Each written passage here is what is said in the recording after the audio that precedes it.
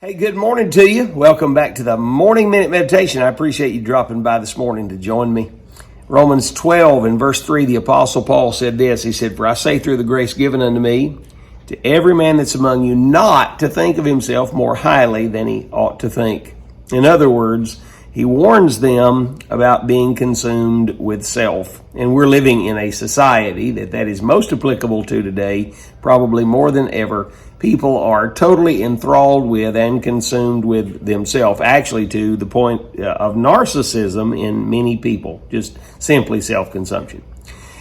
That being said, I wouldn't call it a privilege, but I've had the opportunity, because of the various things that I do, to have to walk into suicide scenes and see a dead body laying there, a person's taken their life either by an overdose or a gunshot or some other means they have taken their life.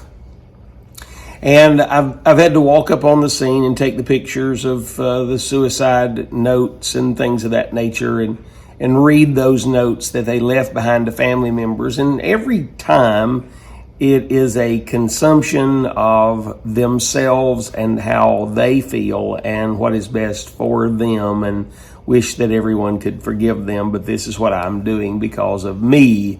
In other words, a consumption of self. Suicide really is an individual not wanting to take responsibility and not wanting to deal with reason, what is reasonably right, nor are they concerned with the relationships that they have. So there's three things: reason, relationships, and responsibility. All of that in consideration, you need to be very careful that you're not consumed with a lot of you.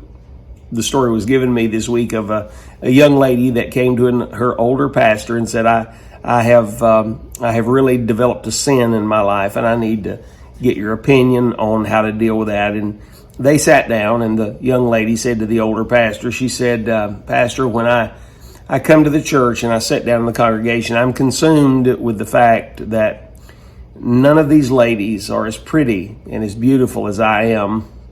And I am just so beautiful that the Lord has blessed me more than these other fine ladies."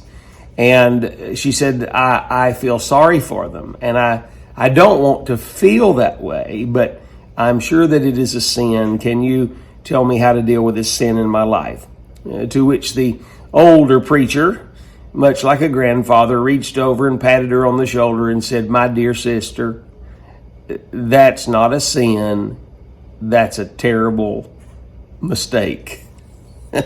The truth is, most people I know think more of themselves than they ought to.